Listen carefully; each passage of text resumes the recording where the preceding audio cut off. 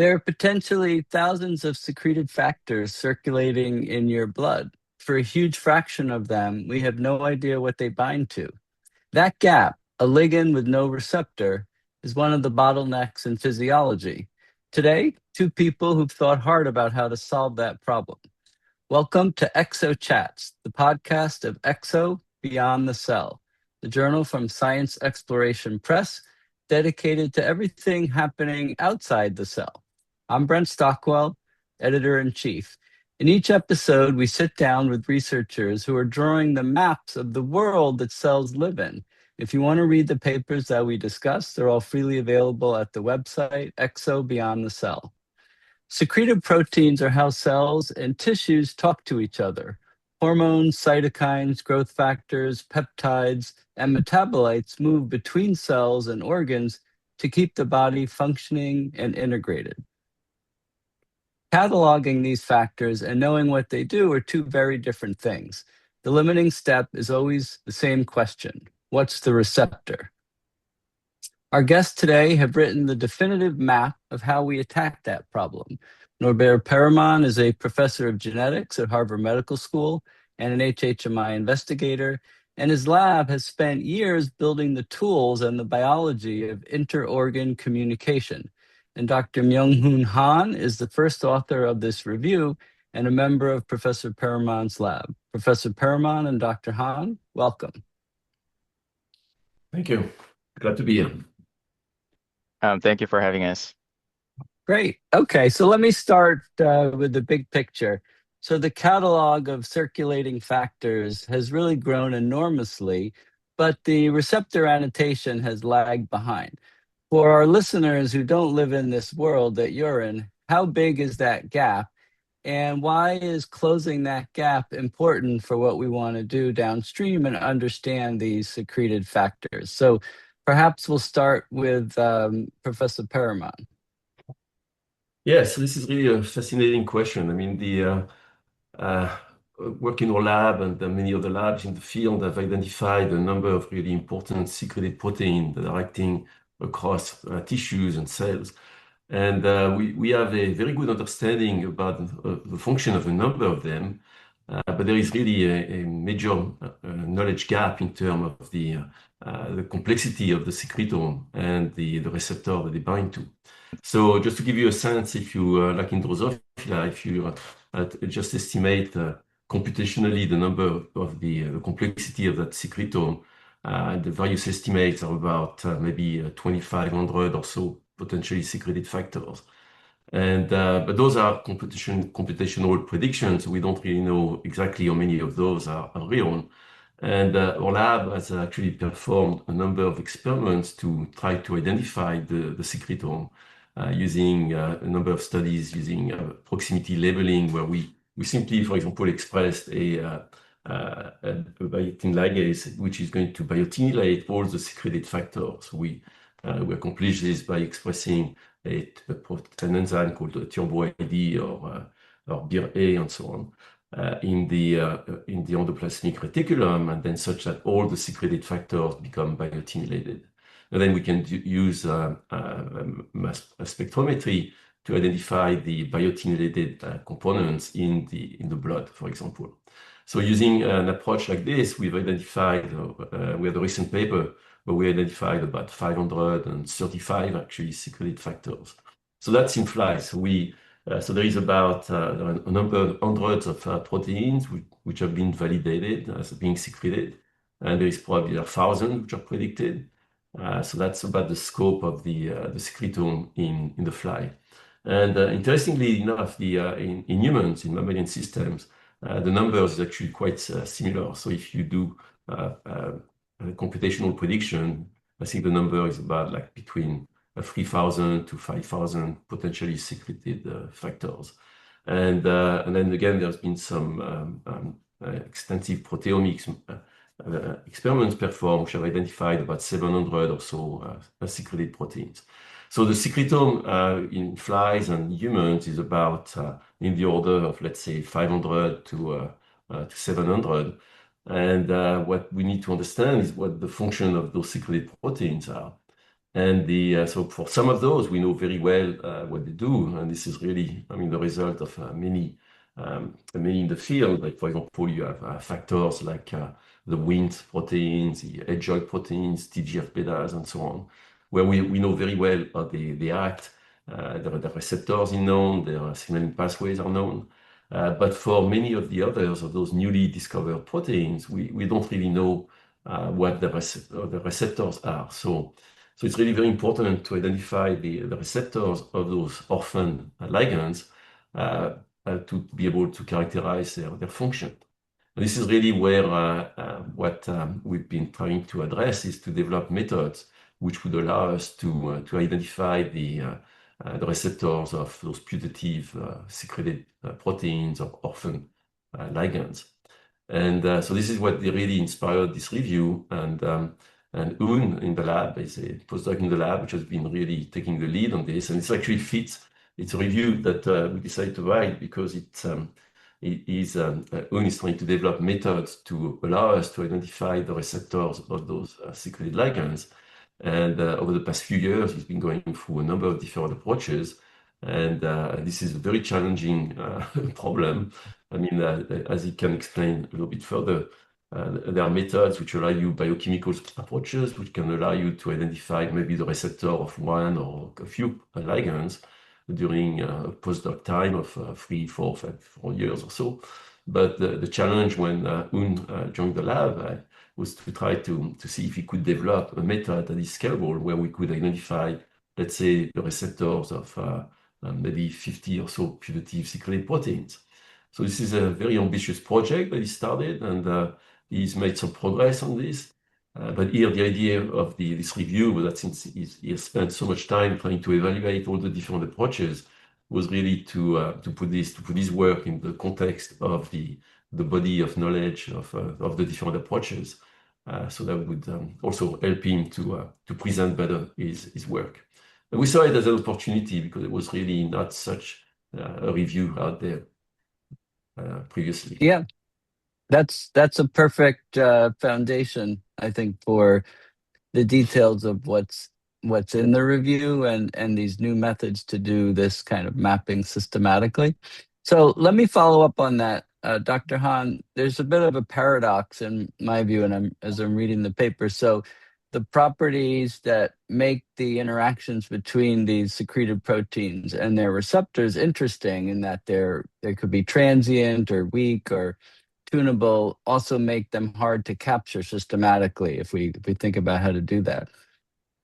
So can you explain to the listeners more about that point of why it's difficult to identify receptors for ligands using affinity purification, mass spectrometry, for example? Where is that successful and where is that difficult?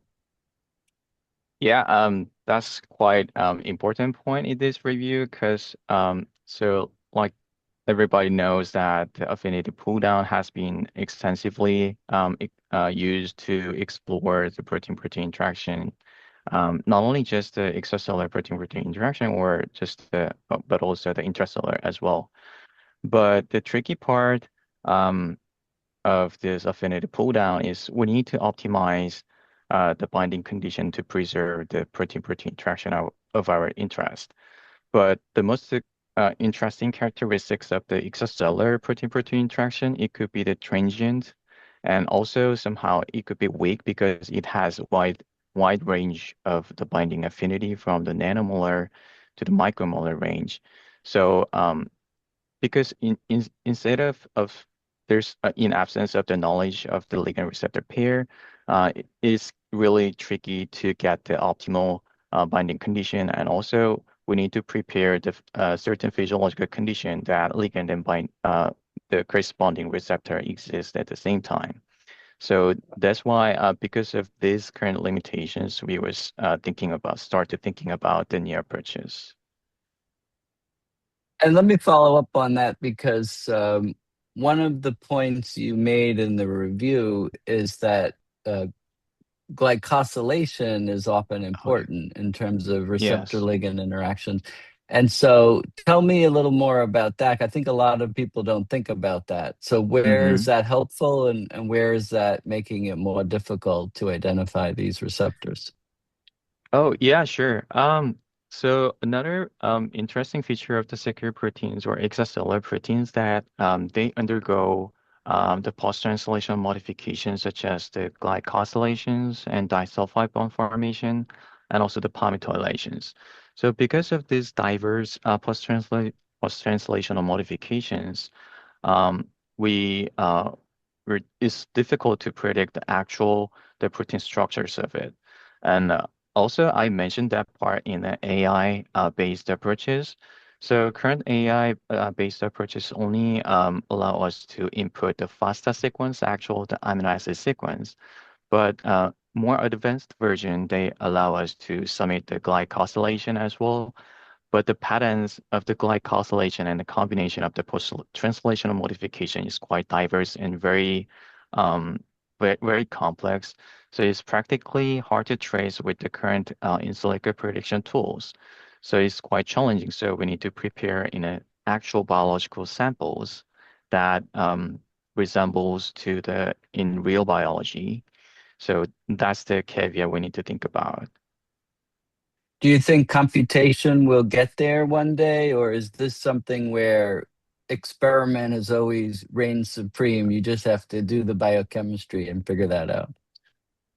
That's really interesting questions. I don't know. Actually, the development of the AI era is really so quickly and so fast. So someday, maybe a lot of scientists already jump into these AI based prediction programs. So someday, maybe we can use that tool to cover the every other combinations. But at this moment, when I write this review paper, I think the best way is to combine the AI tools and the biochemical approaches at the same time. I think that's what I can say. Okay. Oh, Professor Perrimon, go ahead. Yeah, in regard to the AI and the PTM, I think it's not clear at all how well this is going to work. I mean, if you just think about like glycosylation with the glycosaminoglycan chain, right? The lengths of the guide chains can be very variable. So I'm not sure how those AI models would account for the variability because we don't even know actually in vivo what is the actual length of those gap chains. So I think this is a very concerning issue. I think because you may be able to do some modeling with some type of PTM, but for specific ones, which are again where there is a lot of variability, this may not be so simple. I think it's a great point. People forget that everything is not DNA and protein. There are other things that are important, like sugars and lipids, that are hugely complex, and still we need the basic biochemistry. So let me turn to some of the other approaches you talked about for mapping these ligand receptor interactions in the paper. So Professor Perrimon, you built your lab in many ways on the sort of genetic screening and model organisms and the power that that can bring to understand physiology and interorgan communication. So how is that going to be useful, or how has it been useful for ligand receptor discovery? Can you bring the genetic tools into the picture here? Well, I think I mean, some of the power of the genetics is to really validate some of those biochemical interactions, right? And so one type of experiments we can do in flies, let's say if we have a putative receptor identified by some kind of binding assay on either biochemical or some other type of approaches that we discuss in the review.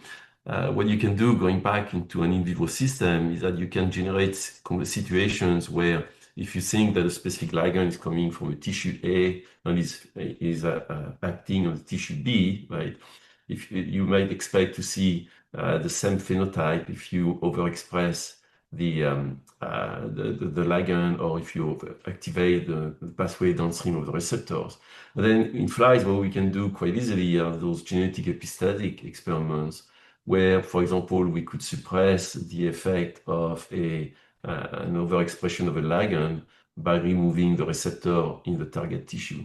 So I think the two really go together. And I think for us, the approach that we are trying to take is to try to do a biochemical screen or a CRISPR type activation screen that Un described, I think, in the review. And then to eventually make a set of predictions and then go back directly in vivo and use the genetics tool that we have to validate precisely this interaction. How promiscuous, as I was thinking about that reading the review, I thought there's one issue of like promiscuity of receptor ligand interactions. Like one receptor can bind to many different ligands, or one ligand could bind to many receptors. So do genetic approaches help us address that in the way you're talking about with complementation? Well, it does. I think first of all, the different ligands are usually in the same family may have very different functions. So, for example, we study quite a bit the ligands for the JAK-STAT pathway. I mean, here there is only one receptor for the different JAK-STAT ligands of the pathway, but there are three different ligands, and they are expressed at different times during development, and each of them actually have their own specific effect. So they all signal through the same receptor in different tissues, but if you mutate the ligands, you can see one of them is going to affect embryonic development. Another one is going to be acting as an hormone like leptin and so on. Another one is going to be involved more in proliferation. So we can really dissect the effect of each of those ligands by removing the receptor at the specific time points where those ligands are required. And then we can visualize the effect of the removal of the receptor in the target tissues at that specific time point. So you're correct that all those different ligands could be very complicated because they all act for the same receptor. But in general, at least in the fly, those different ligands are not really acting at the same time. So because we have ways to control very precisely when and where we can remove, let's say, the receptor activity, we can really visualize the phenotypes which correspond to the specific ligands. Got it. Okay, that's very helpful. Yeah. Dr. Han, let's turn back to the question of AI and computation and how that fits in. So you talk about some of the strengths and limitations of that approach. So maybe we talked about one limitation in terms of glycosylation, but how about the Yes. strengths? Like where do you see AlphaFold and other structure prediction programs fitting into your workflow to map these ligand receptor networks? Yeah, although I mentioned there's some kind of limitations of AI tools, I think it is still most powerful approaches to solve these questions. Um, let's say, for instance, if I perform the affinity pull-down mass spectrometry, then I would like to proceed with the in vivo validation. But before going on that, I think I can apply the AlphaFold screening. So with the hit identified from the affinity pull-down, and just to quickly check the binding score between the protein of interest and the candidate, and I can prioritize the few proteins to be tested in the in vivo screening. So I think still already, and also there are a lot of biological findings have already published using the AlphaFold, especially in the extracellular protein-protein interaction field. So that is really powerful tool still. Yeah, I agree with that. Okay, that's great. And I guess on the same vein, Professor Perrimon, you published the FlyPhone DB2 from your group, which used AlphaFold predicted protein-protein interactions integrated with, if I got it right, single cell data.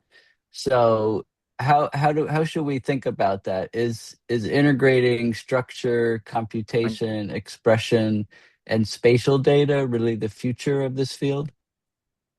Yeah, so that's really another amazing tool, actually. The advances in single cell RNA-seq. I mean, especially in the flies, it's incredibly powerful because we can actually phenotype the entire fly by simply sequencing 20,000 to 40,000 cells. In fact, in the fly, we don't do single cell RNA-seq, we do single nuclei RNA-seq because there are a lot of cells which are multi-nucleated and so on. But yeah, so what we do is that if we are interested in trying to characterize a phenotype, so in the past, we would actually use a lot of different antibodies to look at different pathway activities and so on. But here, simply in one sequencing reaction, I mean, we can get the transcriptome of the entire body of the fly. And so we're able to build clusters about where all the genes, of all the different tissues. And then we can use, like, as you described, fly phone, which is basically a version of, there are a number of different tools like this from a mammalian system called Cell Chat and a cell phone and so on. So we built the fly version of it, but you can simply use now those type of tools to try to make predictions about this ligand is expressed in this tissue, the receptor and some of the downstream targets are expressed in that tissue. So you can hypothesize that this ligand may be acting on that tissue. So you're able to build now a framework about all the potential ligand receptor interactions, assuming again that you know which receptor corresponds to which ligand, and then you can use that as a way to for discovery. But then you can test, you can try to validate some of those interactions. So I think it's really the way. I mean, where we're going now with this is by having tools to predict all the potential receptors of different ligands using AlphaFold multimer, and then combined by more experimental approaches to identify binders of specific ligands, putative receptors, together with gene expression on the spatial information using those UMAPs that you can generate with a single nuclear RNA-seq. Then you can really pretty quickly come up with a number of different ligand receptor interaction that you can validate in vivo using the tool that we have in flies to control spatial temporal activation or knockdown of all the different components. Because also one thing people need to realize, in flies we have genome-wide RNAi libraries of transgenic RNAi lines, which allow us to manipulate every gene anywhere, basically. All based on Gal4 UAS system, as well as we have libraries of every gene that have been targeted by RNAi, and the fly stocks are available in stock centers to allow those kind of in vivo validation. So we can go. Right. This is really the power of the fly, that we can, and now we can use those kind of very large scale approaches, integrate them, and then come down, select maybe 100 or 200 or so different putative interaction that we can validate using available tools for doing the in vivo analysis. So That's really hugely powerful. Yeah, Yeah. that's fantastic. I can see that integrating these different data sets is a great opportunity for computational biologists and just immensely powerful. So let me ask a different topic about translating these results to new medicines. A lot of listeners will be interested in drug discovery and therapeutics and new medicines for some of these really intractable diseases. So Dr. Han, let me ask you, when you think about deorphanizing these secreted proteins, where is the payoff in terms of drug discovery? Is it therapeutics directly? Is it target discovery? Or is it maybe understanding better the mechanisms for existing drugs or drugs already in development? I'll say this review is focusing on the identifying the receptors of the certain secret proteins at this moment. But eventually, when we think about the FDA-approved drugs, this more than 70% of the drugs are targeting the GPCRs and extracellular proteins.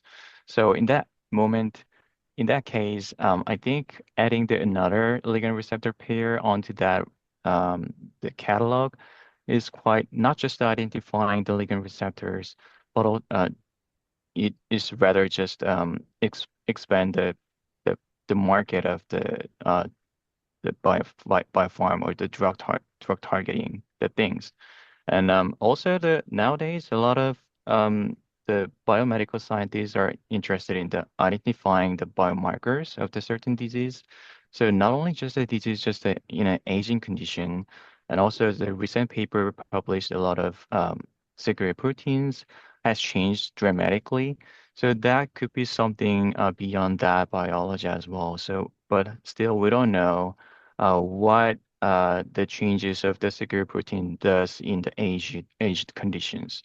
So by doing the identifying the potential receptors of the novel secret proteins in certain disease condition or physiological condition can expand our understanding the underlying the biology as well, not only just the drug.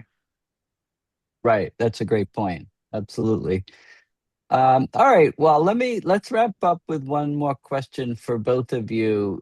We'll go in turn, just thinking about students getting involved in secretome biology. So what advice would you have for a new graduate student or postdoc, somebody trainee interested in this area? What's the one thing that you would recommend that they do to have a kind of high impact in this field? Dr. Han, perhaps we'll start with you.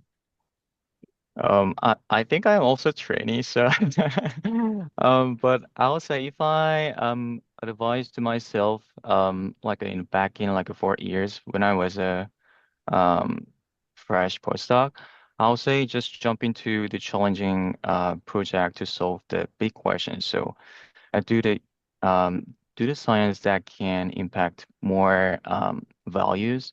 So for instance, I was thinking initially when I joined the Perrimon lab, I was thinking to just pick the one of the secret proteins and explore their unknown functions. But I think at the time I came to know that the tools to develop, I mean, to identify the protein-protein interaction is quite underdeveloped. So that's why I jump into this challenging project. I think I do have some progress, but it's still quite a slow progress. But still, I'm still confident to work on that. And I believe that is making some huge impact on the field. And also, my idea is also written in this review paper. So, especially in the ligand receptor field, I think that that's the most biggest question and biggest the thing we need to take on right now. Okay, that's great. Perfect. And Professor Perrimon, do you have any words of wisdom Yeah. for students interested in this area? Well, I think what's important is to keep in mind the biological question eventually that you want to address. Because here, so what Hoon is doing is to try to develop a method because we saw a knowledge gap or in the way we are doing things. But eventually, and I keep asking him, so eventually, what would you focus on in terms of the biological question that you're going to be asking using the technology that you developed? And I think this is important to keep the question whether or not it's going to be, for example, interaction between the fly liver or the muscle and so on like this, because it really helps focus eventually the space of experiments and because you can do a lot of different things. So you really need to have eventually, you need to be able to say, oh, I'm interested, for example, in identifying the new ligands for GPCRs. So again, my advice is also not to lose sight of the biological question that you would address using the technology that you develop. That's great advice from one of the leading biologists of our time, is always remember the biological question. I think that's perfect. So, Professor Perrimon, Dr. Han, this has been a really insightful conversation. One of the things I take away is that we may finally be at a point where this deorphanization stops being a one-off, as we talked about in the beginning, and it really does become more systematic, telling us all what it means to be a living animal. So thank you both for your fantastic paper and for your research and for being here. Thank you for the opportunity. Thank you so much for this. Great. The paper is called Approaches to Deorphanize Secretome by Myeonghoon Han and Norbert Perrimon. As a reminder, there's no cost to publish or read the articles in EXO Beyond the Cell. Thanks for listening to EXO Chats.